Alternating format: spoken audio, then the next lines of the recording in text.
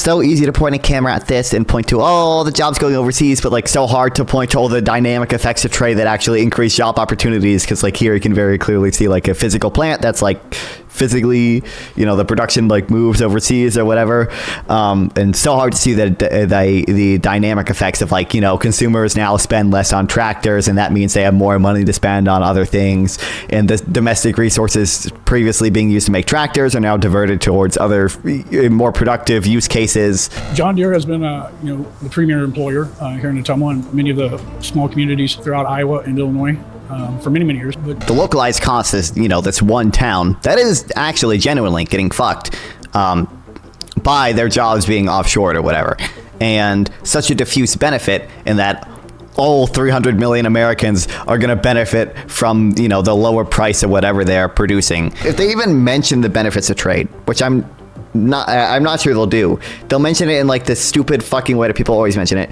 Just so we can get slightly cheaper products.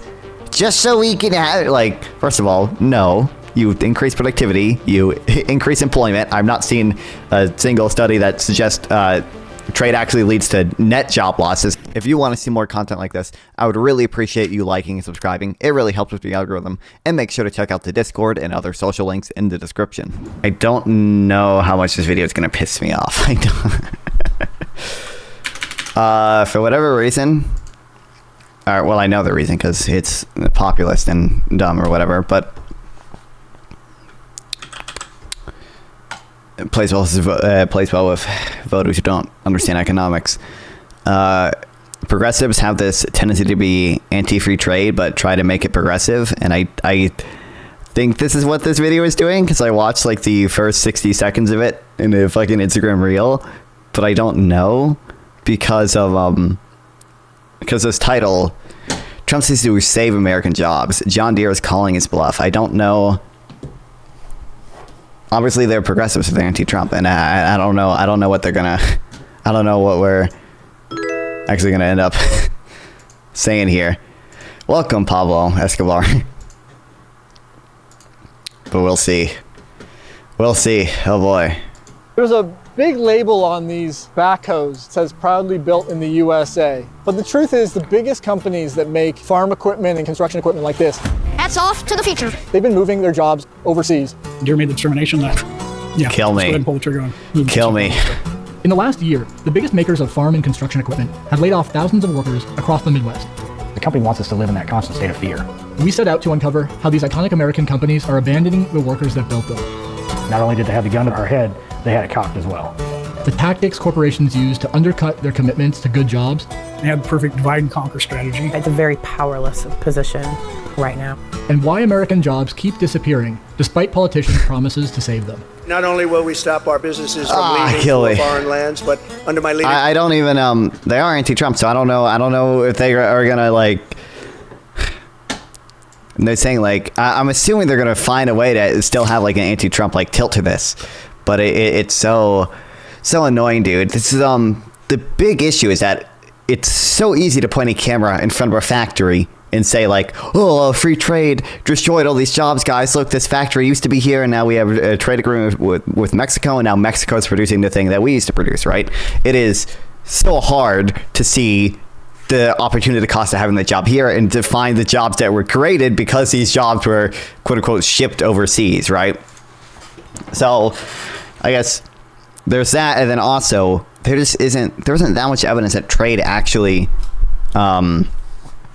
even to really cost that many manufacturing jobs, because like we have obviously like there's some certainly some jobs are lost because we quote unquote offshore them, but also manufacturing just has gotten better. Like we just make like we've just gotten more productive. We've experienced a ton of automation. I think there's I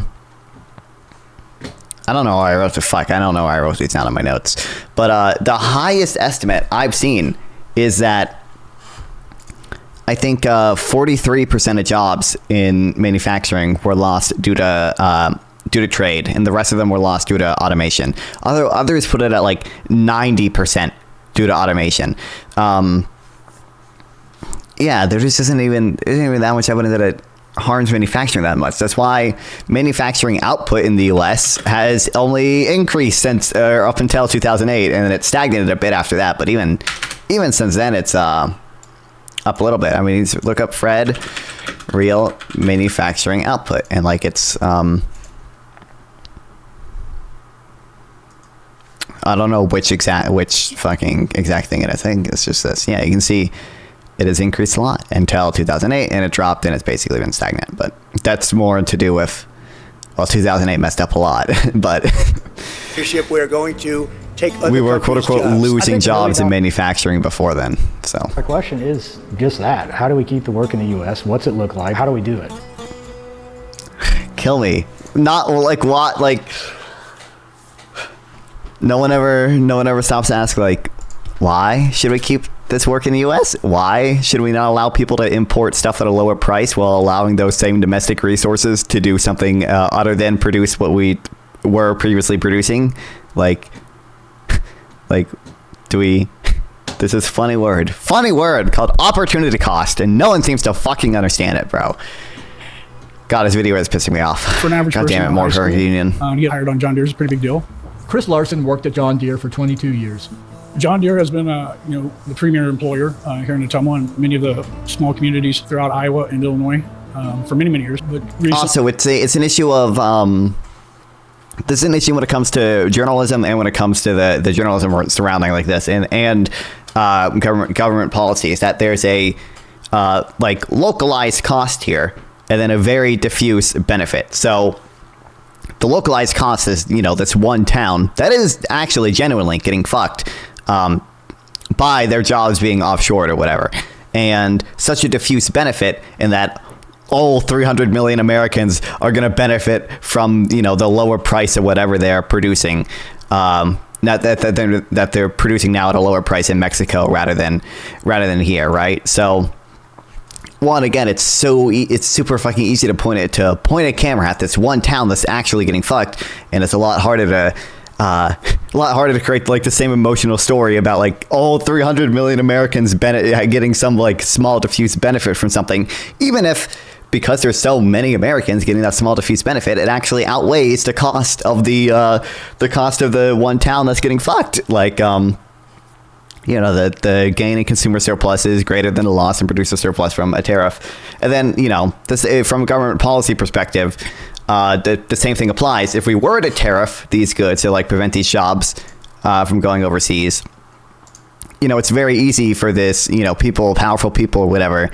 It applies that. Using this doesn't work with that because there aren't many powerful people here. A better example is the U.S. sugar program, right? So currently the U.S. has a ton of programs involved with sugar, including like tariffs and I think subsidies as well and stuff that restrict our ability to import sugar, and it makes sugar way more expensive in America, right? So that's a very concentrated benefit for a few rich sugar companies in America. They get billions every year, and they're able to effectively, lobby Congress to keep this policy in place. But for all the millions of Americans, it's a very diffuse downside, right? Every American, because there's so many of them splitting the increased cost of sugar, it's only like $30 per American per year. Voters are not gonna vote on that, right? Voters aren't even informed of it. There's a level of rational ignorance there. It actually wouldn't even be. It wouldn't even. Thanks, Vanessa or Ness. Is that just Ness? What was I gonna say? Oh, it doesn't even make sense for voters to research the like U.S. sugar program because it's literally not worth their time to learn all this stuff about tariffs and everything just to save $30 a year. Recently, they've moved the cutting department to Monterrey, Mexico. In 2024, Deere cut its workforce in Ottumwa by about a third. Some people were laid off, and others, like Chris, were offered voluntary retirement. In 2023, Deere made $10 billion in profit and spent about $8 billion on stock buybacks and dividends. Deere's in business to make money for their shareholders. Moving to somewhere like Mexico is attractive to them, so you have a cheaper workforce. Chris says that Deere has used the threat of offshoring to demand concessions from its workers for decades. It really got started in the 90s, after NAFTA. I mean, I can't work. Oh no, we're going on the anti-NAFTA train now. Oh no. Oh damn, I was right. Okay, this video is gonna piss me off. Fuck me. Oh fuck me. Okay. The actual thing, it could be an interesting story if they were actually, I don't know if they wrote into this, if they were actually trying to fucking like union bust by threatening to go like offshore or whatever. There could maybe be a story there. Interestingly, that actually is. I forget where I took notes on this. That actually is a.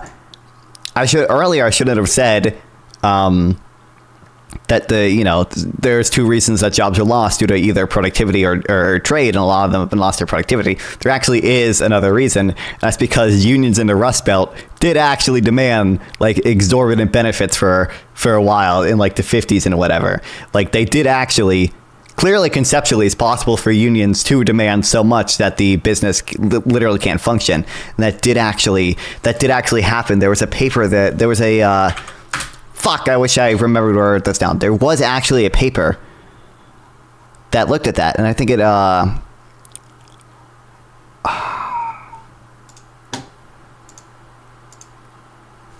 think it said like 40% of the jobs lost were actually due to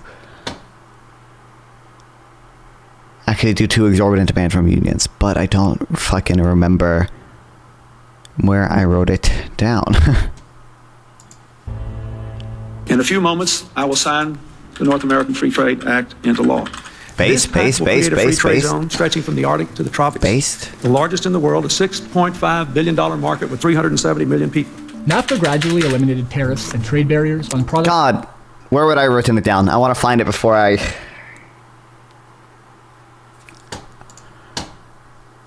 It would have to be somewhere. Yeah, I don't know. Maybe I didn't even write it down. Maybe I just read it. Passing between the U.S., Canada, and Mexico. It was a green light for companies to move their factories wherever labor was cheapest. NAFTA was a collaboration of both the Democratic and Republican parties. They both sold us. Based.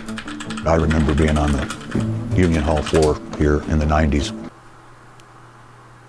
Oh, here we go. It was this. It's a paper cited in this.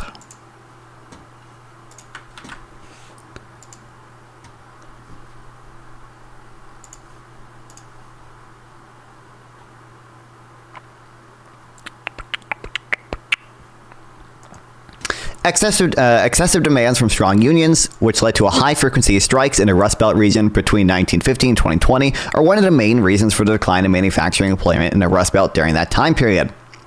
Rust Belt manufacturing industries had by far the highest rates of work stoppages from strikes in the United States. According to CPS data from the Bureau of Labor Statistics, between the years of 1973 and 1980, 48.1% of workers were union members in the Rust Belt manufacturing, compared to 28.4% among manufacturing workers in the rest of the country. As the economists note, while unionization rates in manufacturing were around twice as high in the Rust Belt as outside, the rates of work stoppages were about 7 times as high in the Rust Belt. In other words, labor relations were particularly fraught among unions concentrated in the Rust Belt.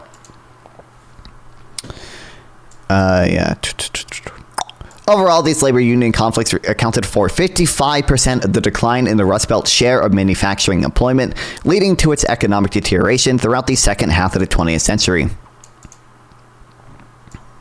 And he also goes over. I swear I definitely read this before. I don't remember if I took notes in it, but yeah. A lot more complicated than just saying offshoring. They're offshoring our jobs. There are multiple factors here, right? One can be automation, not just trade, and also, maybe despite those $10 billion in profit, you are asking for too much, buddy. Conceptually, that's possible. Okay. I saw it all coming. It began with NAFTA. Mike Edwards was working an hour's drive away at Deere's competitor, Case New Holland. I was county chair of the Democratic Party for 8 years. I got to meet a lot of politicians, and I remember in 2004 talking to John Kerry, and I was hammering Senator Kerry about trade laws and the unfair landscape that unions, well, I can't talk about that, I can't do that, and besides, who else are they going to vote for?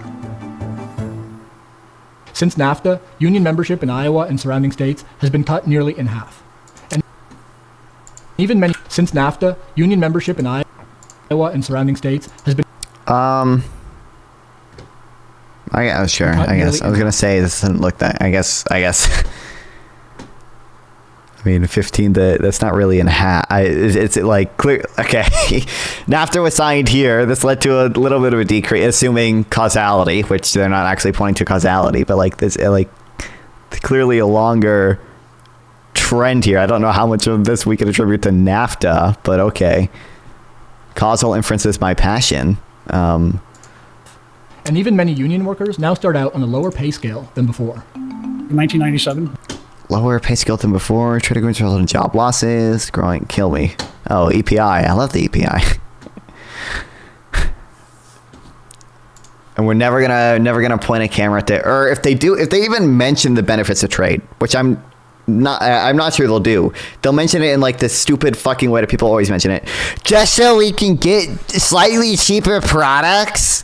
Just so we can have, like, first of all, no. You increase productivity, you increase employment. I've not seen a single study that suggests trade actually leads to net job losses. I don't know what the EPI is fucking citing here. You increase growth. It seems like we have evidence that trade agreements actually increase the growth of GDP per capita. And like to dismiss the increasing real consumption possibilities as just so we can get slightly cheaper plastic crap. It's so fucking dumb. We would never apply this to anything else. To like anything, literally anything. This company's gonna expand just so we can create slightly cheaper plastic crap. Like, really? Like, no. Like, these are like genuine products that help people that people want. It's not like we only trade cheap plastic crap with China and Mexico as well. Like, we get fucking. I'm trying to think of it more important. I mean, we get a lot of vegetables from Mexico, right? Like, that we can't even really grow here.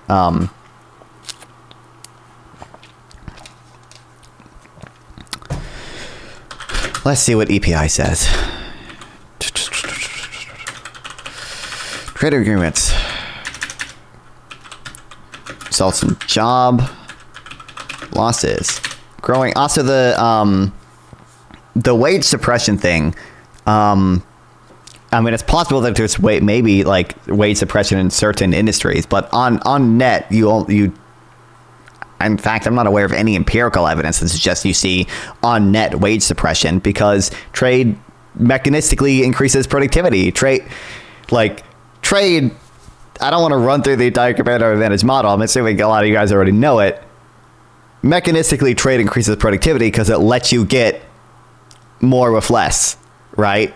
Like, the entire point of trade is to get more imports than you could. It's a way of indirectly producing things that you import by first producing things to export and then trading for them. And both countries can actually get more overall from the same resources if they trade than if they don't trade, right? Like, this is a very basic, like, economics 101 comparative advantage concept that they teach you. That's mechanistically productivity enhancing. And guess what determines wages? In large part, productivity. The average productivity of a country is highly correlated with the average wages in a country. So, I'm assuming EPI is going to either use some odd data like they do with the productivity wage gap that they throw out a lot, which is not accurate data, or they're focusing on like one industry. The United States economist Robert Scott details NAFTA has eliminated some 766,000 job opportunities, primarily for non-college educated workers in manufacturing. I mean, it just doesn't translate into a net job loss if there's job gains in export sector. Or I don't. Maybe he does. Maybe this is the net job loss, but I would hope that they would say the word net here. Contrary to what the American proponents of NAFTA promised workers, the agreement did not result in increased trade surplus with Mexico, but to revert, who the fuck cares? Trade deficits aren't bad. Manufacturing jobs disappeared. Workers downscaled to lower paying, less secure service jobs. Not convinced that this happened. Wages have really only been going up, even if, EPI uses their data to show sometimes it's not, but, not convinced that has happened, considering we can just look at wages deflated with PCE, or even wages deflated with CPI, which is the highest inflation measure, still show a. I've already watched that, Slime. Obviously, I watched that. Still show an increase in real wages. I'm not convinced this happened. For them, manufacturing a threat of employers to move production to Mexico provided a powerful weapon for undercutting workers' bargaining power. To the extent that happened, based. The simplest way of understanding why trade, at least typically, does not cost jobs, is the Iowa car crop. Okay, forget empirics. I'm a praxologist and I know everything synthetically a priori. Okay, there are two technologies for producing automobiles in America. One is to manufacture them in Detroit, and the other is to grow them in Iowa. Everyone knows about the first technology. Let me tell you about the second. First, you plant the seeds, which are the raw materials from which automobiles are constructed. You wait a few months until wheat appears. Then you harvest the wheat, load it onto ships, and sail the ships eastward into the Pacific Ocean. After a few months, the ships reappear with Toyotas on them. International trade is nothing but a form of technology. The fact that there's a place called Japan with people in factories is quite irrelevant to America's well-being. To analyze trade policies, we might as well assume that Japan is a giant machine with mysterious inner workings that convert wheat into cars. Any policy designed to favor the first American technology over the second is a policy designed to favor American auto producers in Detroit over American auto producers in Iowa. A tax or ban on imported automobiles is a tax or ban on Iowa-grown automobiles. If you protect Detroit car makers from competition, then you must damage Iowa farmers because Iowa farmers are the competition. And then, so there's that, and then also the true Chad position, okay, is that jobs just don't matter. They're more of a means to an end. What matters more is like real consumption possibilities, and trade mechanistically increases that. So... Deere threatened to move a couple facilities to Mexico if they didn't do this two-tier system. Deere pushed its workforce onto a two-tier system, which meant lower pay for new hires. It effectively zeroed out years of wage and benefit gains for future employees. A few years later, Case followed Deere's lead in demanding a tiered contract. The best way to explain it to you is you and me are working on a job. I've been there, let's say I'm a senior day worker. I'm making $10 more an hour doing the same job that you're doing right next to me, right? It creates issues in the workplace. Nick Guernsey is president of the union at Case New Holland's Iowa plant. He explains the tier system created A workers, B workers, and C workers, the lowest paid. An A worker has not got a pay raise in over 17 years.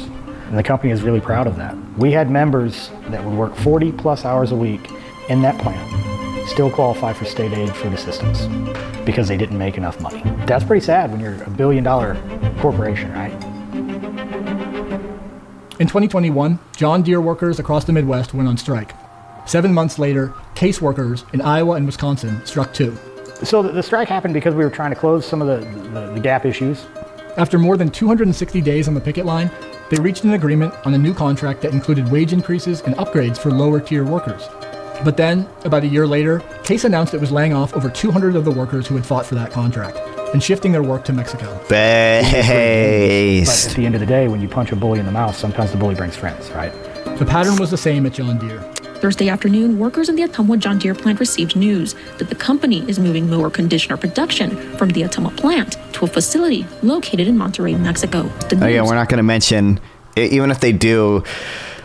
Oh, God, I hate this so much. Again, it's the things I've mentioned a few times now. One, it's so easy to point a camera at this and point to, all the jobs going overseas, but like so hard to point to all the dynamic effects of trade that actually increase job opportunities. Because like here you can very clearly see like a physical plant that's like physically, the production like moves overseas or whatever. And so hard to see that the dynamic effects of like, consumers now spend less on tractors and that means they have more money to spend on other things.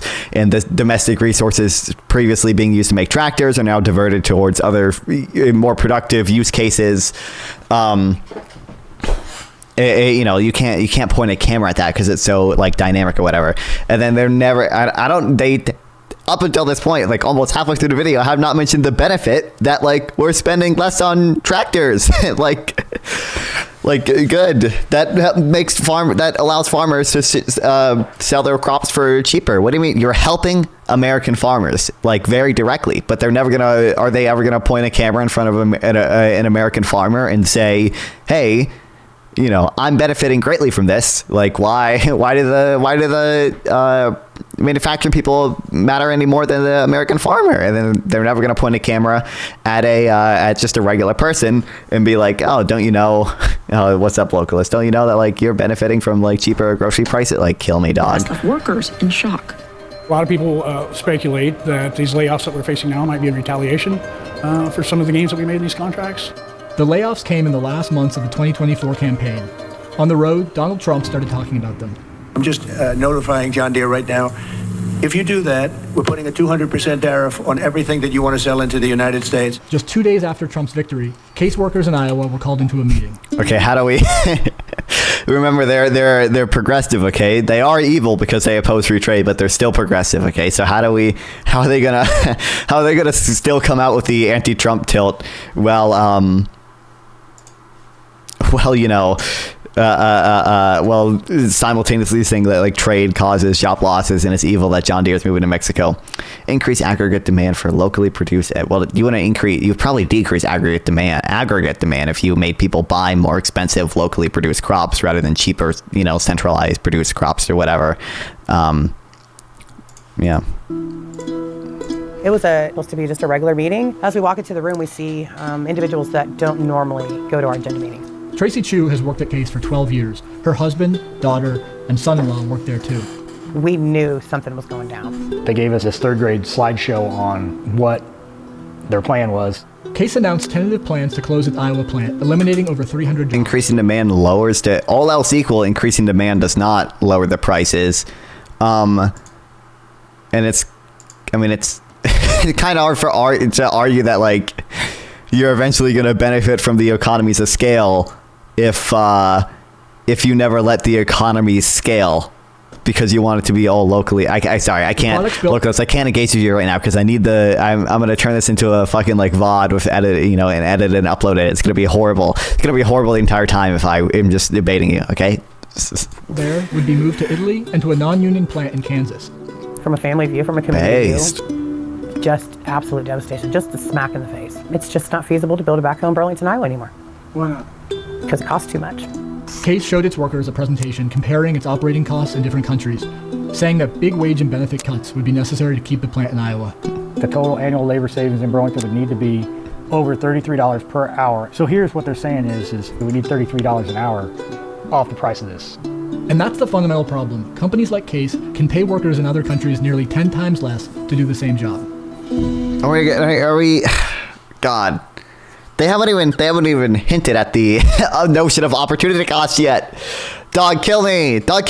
Like, yes, they're paid cheaper because their productivity is lower. Actually, you know what?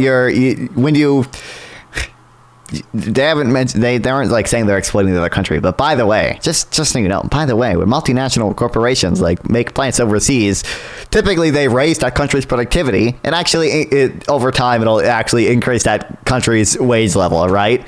I think that the What's Wrong with Protectionism book has a really good way of explaining it, though. Like, American workers have very high productivity, and we're remunerated for that with our with high wages, okay? And countries in lower productivity countries are low productivity, and they're remunerated for that with low wages. But so long as both countries specialize in what they have a comparative advantage in, both countries can still gain. America still gains overall. Mexico and wherever they're offshoring to still gains overall. Even if you, no matter how much you point a camera at the loser from trade, obviously, like, some manufacturers are going to lose, right? It's just that the gain to the rest of Americans is way bigger than the loss to this one fucking plant in Iowa. But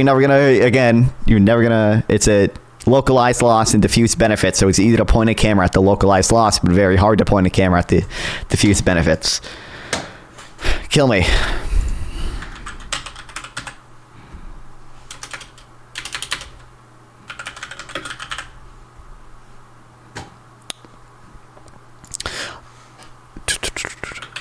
I'm missing the word away. Another way to understand comparative advantage is to understand that a poor country's low productivity is more than compensated for by its low wages, and on the other side of the trade, a rich country's high wages are more than compensated for by its high productivity. This offsetting holds true for goods which each country has a comparative advantage in. Comparative advantage allows each country to obtain more than if it had not engaged in trade. Each produces through imports what would be more costly to produce at home in exchange for what it produces at lower cost. Thus, each obtains more for less. To help offset this disparity, Congress passed an update to NAFTA, the US-Mexico-Canada Agreement, or the USMCA. Today, we're finally ending the NAFTA nightmare and signing... It's really funny to watch you get worked up over obscure economic argument. What do you mean obscure? Localized. This is economics. What do you mean? This is 101. This is the third thing that they teach you. What do you mean? Look right here. My library, the Principles of Economics 7th edition. Look, this is this is like chapter 3, buddy, of an introductory economics textbook. This is not obscure economics argument. This is something that every person who graduates high school should know. I think it's chapter 3. I don't remember what page it's on.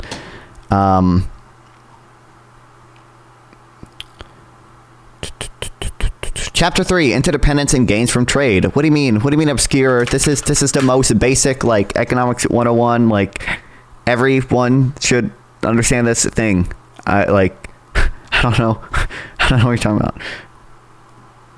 This is not a localist. I'm getting worked up not because they're ignoring a obscure economic argument, but because they're ignoring economics 101. I want to be worked up. For example, an actual more obscure economics argument is basically, it's like the argument behind the MES curve, the manufacturing sector employment curve. We observe this pattern in basically every country, that agriculture employment starts super high and continues to fall, service sector employment starts low and continues to rise, and manufacturing employment starts low, rises until it reaches a peak, and then goes down. We observe this in every single developed country. I have the multivariable regression that shows this pattern in every single developed country, even in countries that run trade surpluses. This is like an obscure economic argument that I understand why they're not addressing, but they're ignoring. Here's the pattern. They're ignoring economics 101. They would read chapter 3 of Gregory Mercue Principles of Economics. What do you mean? Here's the multivariable regression here. What do you mean, brother? I'm not upset that they're not saying percent change in M is greater than the percent change in A plus S. I'm upset that they're not addressing opportunity cost. They've not done anything to. I even understand that they don't use the word opportunity cost, but they've done nothing to even address opportunity cost. What's up, my goodness, my? Welcome to the stream. My goodness, my me. What about advanced economics? Well, I just gave my advanced economics. It's not even like that advanced. I'm not a advanced economist. Into law, the brand new US-Mexico-Canada agreement.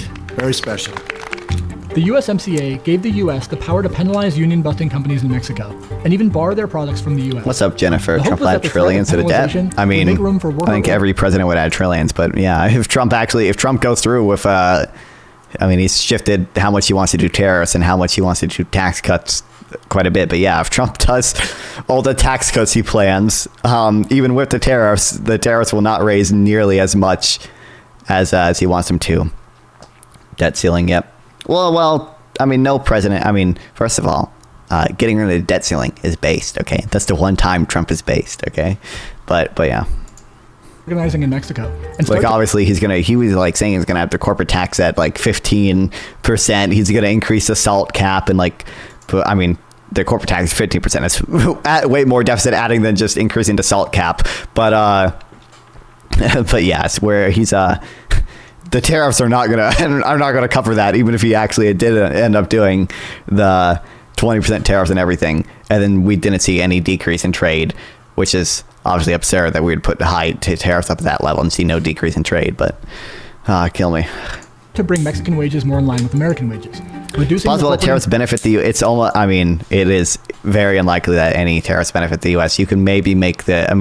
Unless national security wise, I think you can make arguments for tariffing batteries and semiconductors, but incentive to offshore. Si pudiera hablar con los compañeros de John Deere, de Caterpillar. They're in Mexico now. We're gonna. Que aquí en México tienen unos compañeros que están. Why is spending as a percent of GDP worth looking at? Because GDP is equal to our tax base. GDP represents basically everything that you can tax. So you care more about how much you're spending relative to how much you can possibly tax than just like how much you're spending in absolute terms. Because maybe you're spending a lot, but maybe your tax base is super, super big. But yeah, it just represents the size of your economy and therefore the size of your tax base. Igual que ellos, luchando. Is national security a real concern or just excuse for monopolization and hegemony? I mean, like maybe you take the position that like U.S. hegemony is evil or whatever, but like we want to maintain our position on the world stage. Maybe you think that's good, maybe you think that's bad. Either way, having China produce all our batteries and drones and semiconductors, or Taiwan producing the semiconductors and China claiming ownership over Taiwan, this is not a good situation to be in terms of maintaining your nation's security. Por mejores salarios. Victor Manuel Vergara Garcia works for a Mexican subsidiary of Caterpillar, repairing their computers. My goodness me, we don't seem to have much evidence of that. Even China, even when we put tariffs on China, it was like 92% of the incidence was on the U.S. And then there's like 1.5 of the cost of the tariffs was made up for by exporters lowering their prices. And that's China, the country like most willing to subsidize their exports. I don't see a lot of evidence that like the vast majority of the incidents will not be on the U.S., even if exporters reduce their costs to some, exporters in other countries reduce their costs to some degree. And there's other costs of tariffs, like run Caterpillar's heavy machinery. Like Deere and Case New Holland. Currency. Well, the currency dynamics kind of get all fucked up when you have universal tariffs, because that actually would probably appreciate your exchange rate a lot more than like some specific targeted tariffs. But even the currency appreciation is part of the reason why tariffs don't actually tend to reduce the total trade deficit. Although they still, I mean, they can sometimes at least decrease the bilateral trade deficit if you just tariff one specific country a lot. But usually the increase in exchange rates doesn't fully offset the tariff. Caterpillar increasingly builds its products south of the border. In the last 8 years, nearly doubling its Latin American workforce. Victor makes about $3 an hour. In 2023, he led an effort to which is probably we're not gonna put it in terms of like how much cheaper stuff is in Mexico as well. We're just gonna say the absolute dollar amount and not gonna say like not compare it to like the median wage in Mexico or whatever. But independent Democratic Union at his plant. Lo que estamos solicitando es una. Not too bad. I don't think there's really any solid evidence of the currency appreciation and exporters lowering their prices doesn't it's the entire cost of the tariff. Like I don't think there's much evidence of that. Literally Googleable. I have stuff on the pass-through rate. I haven't gone through all the pass-through rate stuff, but wait, do you mean importers and exporters eating the difference? Do you mean U.S. companies taking less in profit? I would still say, is that what you mean by that too? But I have the study that's like, I don't know where I put it. I can find it real quick. But I have a study that says 92% of the cost was on America over China when we tariff China. And again, China's the country most willing to subsidize their exports. And I have a few studies on the appreciation caused by the currency appreciation caused by the tariffs as well. But they didn't fully offset the increase in prices. Aumento justo a los salarios, respeto a nuestra libertad sindical, trato digno como trabajadores. A week after Victor's union won its first vote, the company fired him. That's when the Biden administration decided to use the USMCA. It filed a case against the company, and under pressure, Caterpillar's subsidiary offered to reinstate Victor. It was one of about 30 times that the Biden administration used the USMCA to crack down on corporate labor abuses and help workers organize. Lo que esperábamos era que con las sanciones la empresa se sentara con los Hold on, I can't. Oh, they don't even have a negociar captions here. Okay. el contrato colectivo de buena fe. But when Victor went on to lead workers on a strike, Here they have There is possible to cancel out 100%. Exchange rates are pretty flexible. It's actually pretty easy for everyone to get involved and say, okay, tariffs make Chinese goods more expensive in America, so we'll just say that Chinese currency costs fewer dollars now, so the actual price of Chinese goods is the same. In reality, exchange rates only cancel out part of the effective tariffs. There's a bunch of stuff that prevents exchange rates from fully adjusting to the new tax. If you put 1 billion% tariffs on everything, you probably get rid of all trade, and thus you'd eliminate all trade imbalances. So it's really an empirical question as to how much exchange rates cancel out tariffs. Gene and Sun use a somewhat plausible theoretical model to arrive at a number of 30 to 35%. That's a substantial decrease already, and I think the true number is likely to be higher, especially where China is concerned. If all of the won's movement against the dollar during this time were due to Trump's tariffs, it would mean exchange rate appreciation canceled out around 75% of the effects of tariffs. He's baiting us with abortion to make us learn. The abortion thing is next, okay? This wasn't supposed to take us long. I just get triggered, okay? I get triggered too easily. Would you agree that humans have inherent value outside the realm of consciousness? They are. I wouldn't apply inherent value to anything other than like sentience, right? So like, clear, like, I don't really care. I care about animals because they're sentient, not because of their DNA. I care about humans because we're sentient and have a high level of sentience, not just because of our DNA, right? Like, did Biden repeal any of Trump's tariffs? He did, yeah. He let some of them expire, yeah.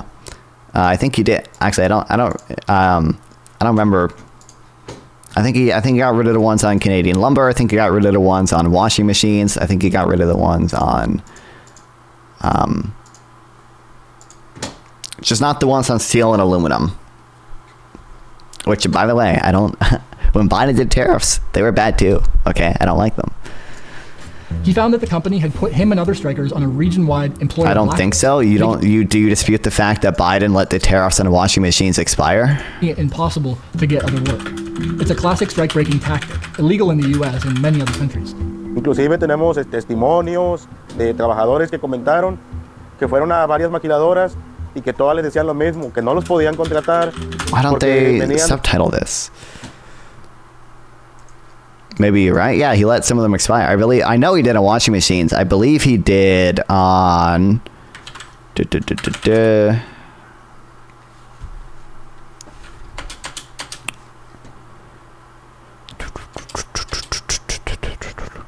President Biden kept this as nearly all, but I believe he did on washing machines and. Although I don't. When was this written? 2024. Okay.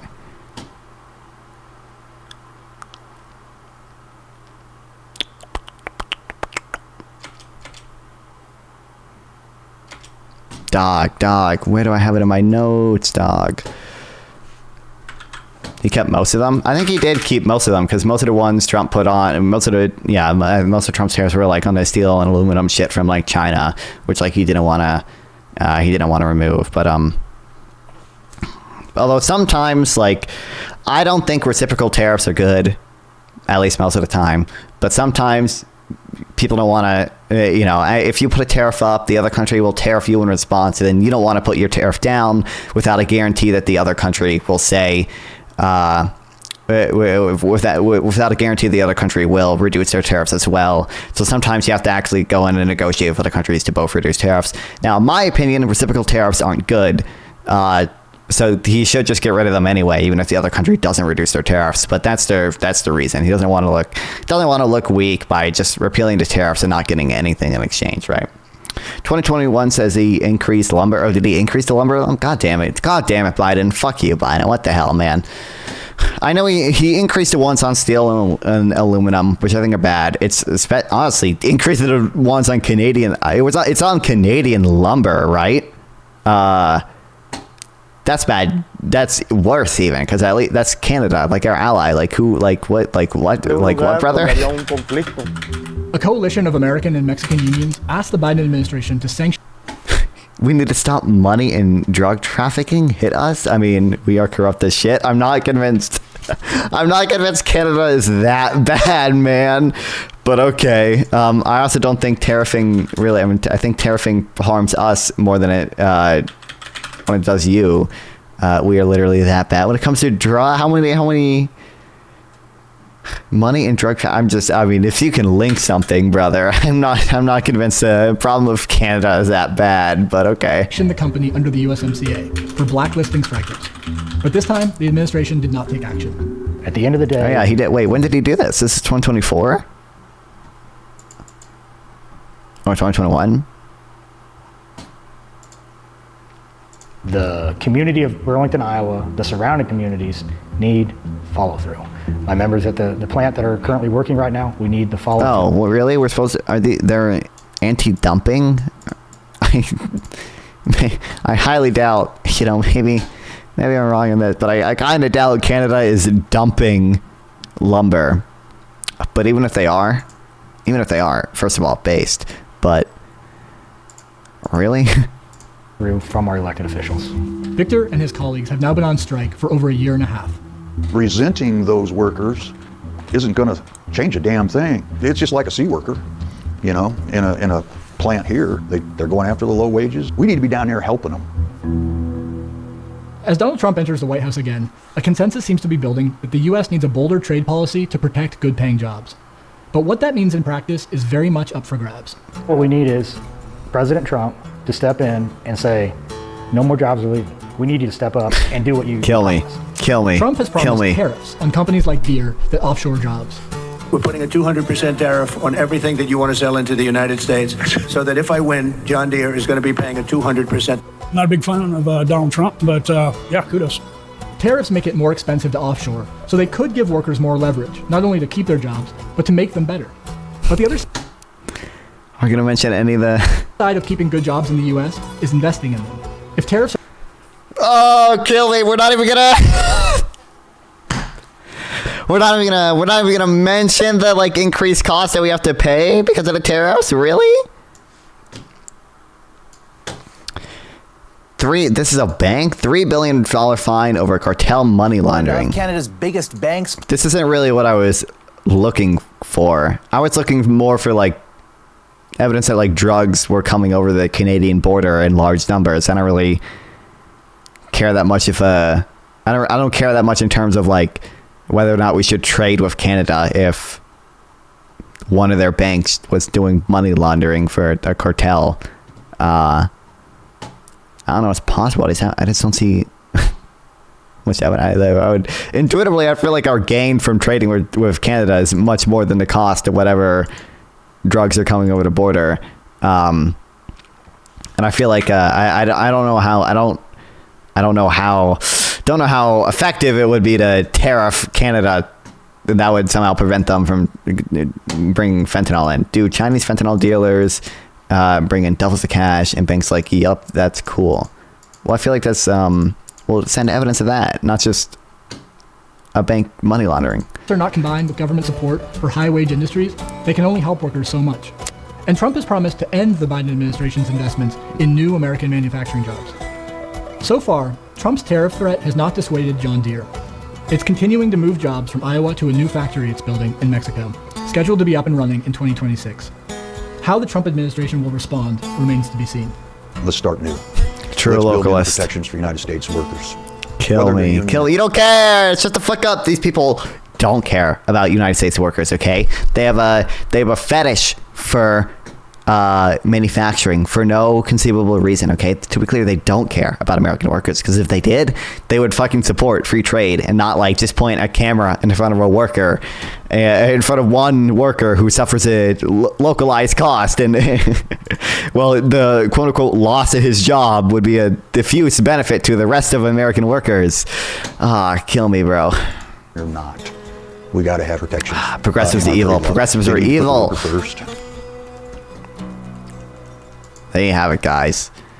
No mention of opportunity cost the entire time. No mention of the gains from trade the entire time. They didn't even do I thought they were at least going to be do the cringe, just so we can get cheaper plastic crap. They didn't even do that. They didn't even mention the cheaper plastic crap that we get from trade, okay? They don't care about the American farmer who's paying 20% more for his tractor just because he has to get from an American factory with unionized workers. They don't care. They don't care about workers. They care about workers they can point a camera in front of and say, hey, cry on camera so I can exploit you. If you want to chat with me live, sub here or go to Nonfon420 on Twitch or Kick via the links below. Once again, please like and sub to help with the algorithm, and consider sending a donation through YouTube Super Thanks to directly support me, and I'll make sure to reply to any question you ask. See you guys next time.